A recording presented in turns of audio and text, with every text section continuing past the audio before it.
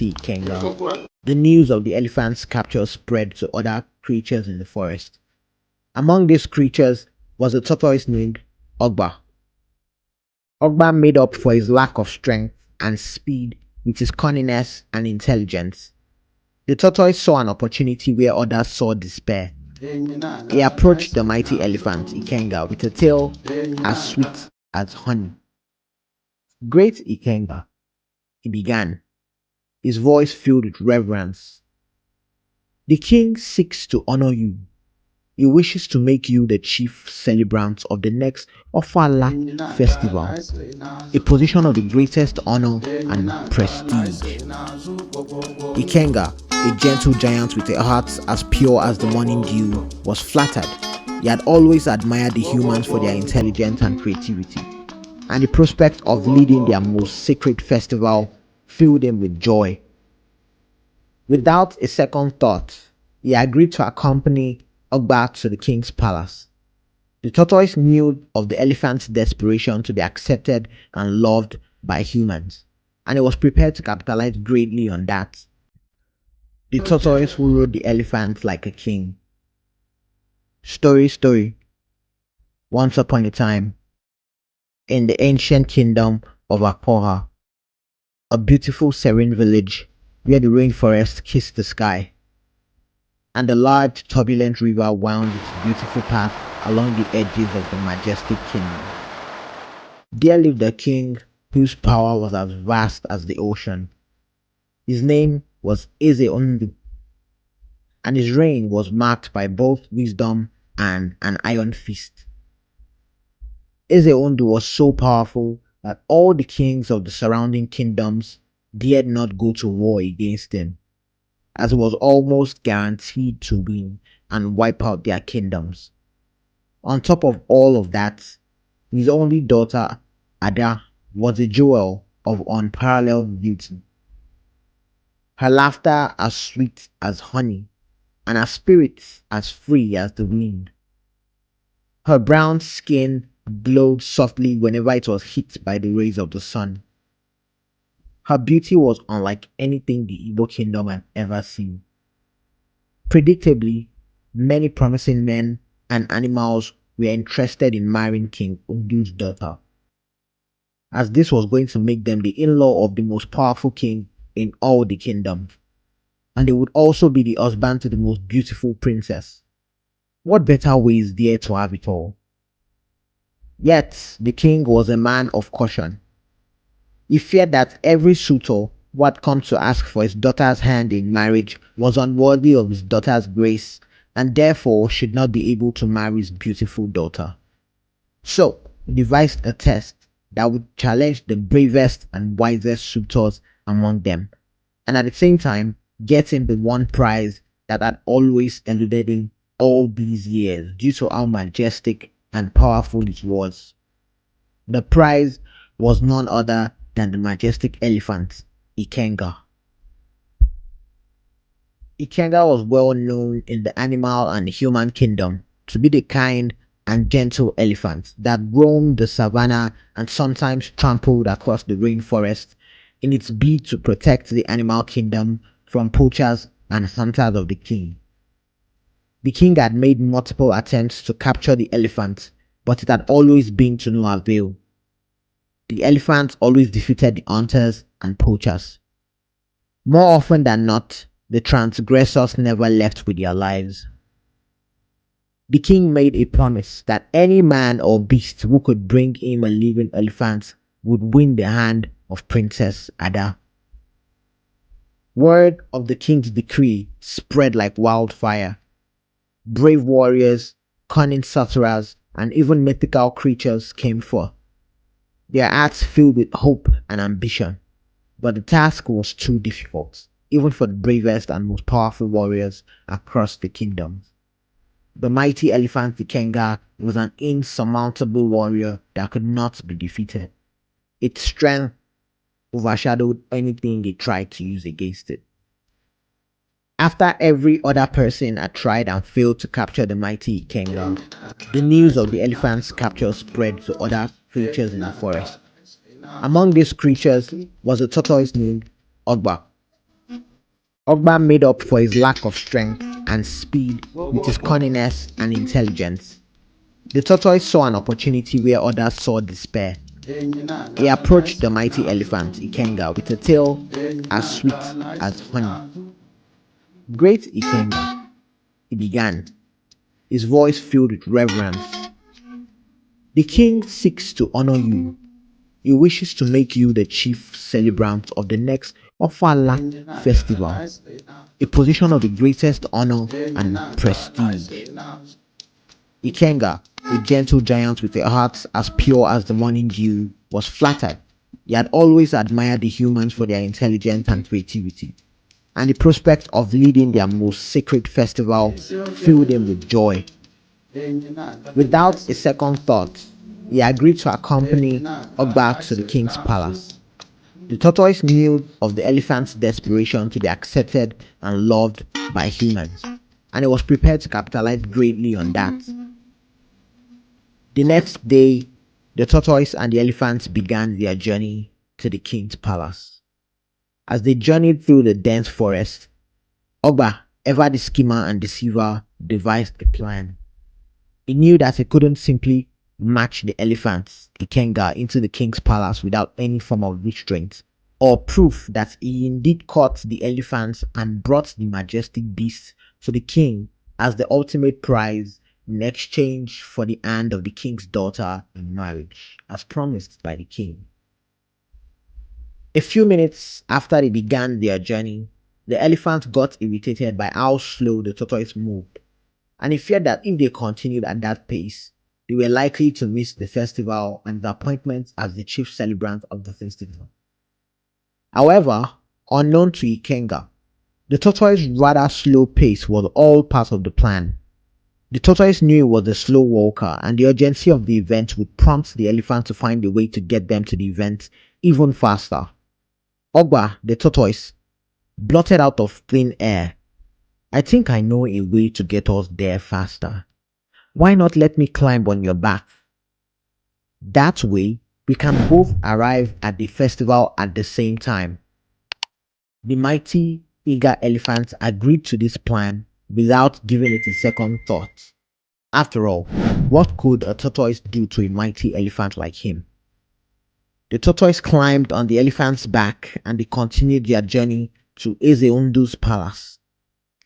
As the journey continued, the tortoise complained that he didn't have a good grip on the elephant's back due to how smooth his back was, and requested that Ikenga allow him to tie a loose rope around his neck for added support and stability. Once again, like everything else, the elephant agreed to it.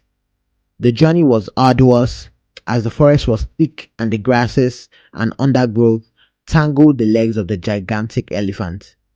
However, Ikenga was used to the open plains, and the discomfort of the journey did not slow him down as much.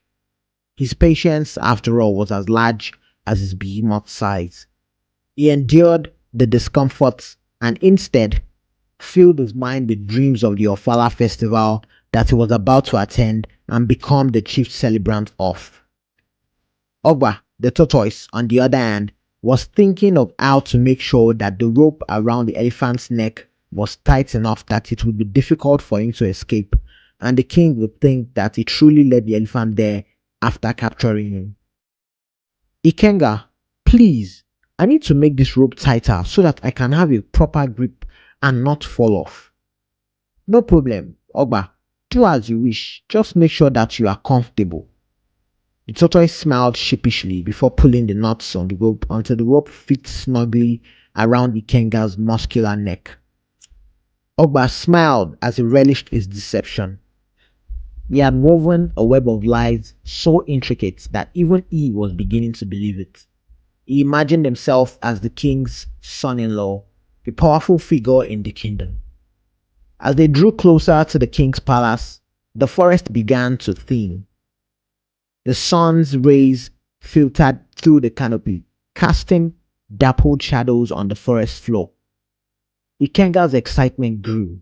He could almost taste the honor and respect that awaited him. Ogba, sensing the moment was right, raised his voice in a victorious cry. "I have brought the elephants, O king," he proclaimed. The elephant was shocked at the proclamation and turned to the tortoise and asked, "Small tortoise, who did you say you have brought?" His tone inquisitive and curious. The tortoise, sensing that the mighty elephant might be onto his plans, quickly changed its tune and started singing a different song. It said, "I said, let the earth protect and guide the elephants. Did I say I have brought the elephants?" It repeated again. "I said, let the earth protect and guide the elephants. Did I say I have brought the elephants? Is it not the elephants that will be the chief celebrant? Elephants, continue to go. I am behind you. Gwo Gwo Gwo Ngwo." The king, surrounded by his court and hunters, emerged from the palace. His eyes widened in amazement as he gazed at the massive creature. The king was beyond amazed and delighted. A closer look at the elephant revealed the tortoise on his back. The king's excitement quickly turned to suspicion. He had heard tales of the cunning tortoise who would go to any length to get what he wants. Ejeagha, unaware of the fate that awaited him, trumpeted loudly. His sound echoed through the forest, a testament to his strength and power. But then he noticed the tightness of the rope around his neck. Without the elephant noticing, the tortoise had jumped down from his back and tied the rope to a nearby iroko tree, its strength overwhelming that of the elephant. The elephant was extremely powerful, but the iroko tree had withstood the test of time even before the elephant was born. A wave of realization washed over Ejeagha. The elephant knew he had been betrayed. Anger surged through Ejeagha. He tried to break free from the rope, but it was too late. Ogba, sensing the danger, hurriedly ran away for his safety, his heart pounding with fear and excitement. The king's hunters, swift and skilled, moved in for the kill. Their arrows found their mark, piercing Ejeagha's thick hide. The great elephant collapsed, a mountain of flesh and bone, his spirit broken. As the elephant took his last breath, a tear rolled down the side of his eyes as he mourned his death and regretted his blind trust in his friend and his untamed ambitions. As the clouds turned grey, hiding the sun and revealing a solemn moon, everything grew silent. A mighty warrior had been taken down, after all. A collective gasp swept through the crowd. Even the king was moved by the death of the elephant. While Ejeagha's death was a massive win for the king, a part of the king was sad that his biggest adversary had finally beat the dust. The feeling that the king felt was akin to losing a best friend or a best enemy. The tortoise, lacking any sense of remorse for what he had done or pity for the mighty elephant Ejeagha, walked over to Eze Ndu, grinning from ear to ear, as he expected that he would be presented with the hand of the princess in marriage and all the other fortunes that came with being an in-law to the king. "My king," Ogba said with confidence and a self-absorbed passion, "I brought the mighty elephant Ejeagha, the great warrior of our forest, to you, just like you requested. Now that I have fulfilled my end of the bargain, it is time for you to do the same, my king." A smug smile plastered itself on the tortoise's face. The king laughed loudly and gestured to the tortoise to come into the royal compound. Ogba obliged without a second thought. The moment the tortoise stepped his foot into the royal compound, the king's guards grabbed him by his arm and dragged him forcefully to a large cooking pot with boiling water bubbling violently in it. "My king, what is this? What is going on here? You made a promise and you are obligated by the laws of our land to fulfill it." The king smiled and said, "Ogba, you are not the only smart creature in this kingdom. Just like you had set a trap for your friend the elephant, so did I set a trap for you too. See, I knew you were close to the elephant, and my very wise advisors said you were the only one who could get the elephant to come to me without wasting any more men. However, I can't simply just let you go. I am not the kind of king that lets a cunning and intelligent adversary like yourself go scot-free. The king adjusted his robe and continued. My daughter was already betrothed to another prince. There was no way I would have let a lowly and cunning animal like you marry my stunningly beautiful daughter. If you can betray your friend, then you can betray my daughter too. The king gestured to guards to throw the tortoise in the scalding hot water. The tortoise begged for his life, but the king's decision was final. In less than a few seconds, the tortoise was screaming for help and was being cooked alive. The tortoise met the same fate as his friend, the Kenga, whom he betrayed. This tale is a stern reminder that we should learn to be skeptical even with those that we trust. Not every message that comes from a trusted friend can be trusted. Also, we should learn to always verify any information that we receive from a third-party individual.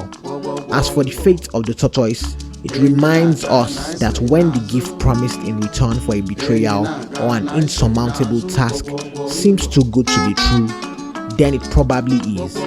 You should never betray your friend or a trusted acquaintance for any material gain. The end. We hope you enjoyed the story you just watched. Please subscribe to our channel and like this video as it helps us create more videos like this for you to enjoy. Thank you.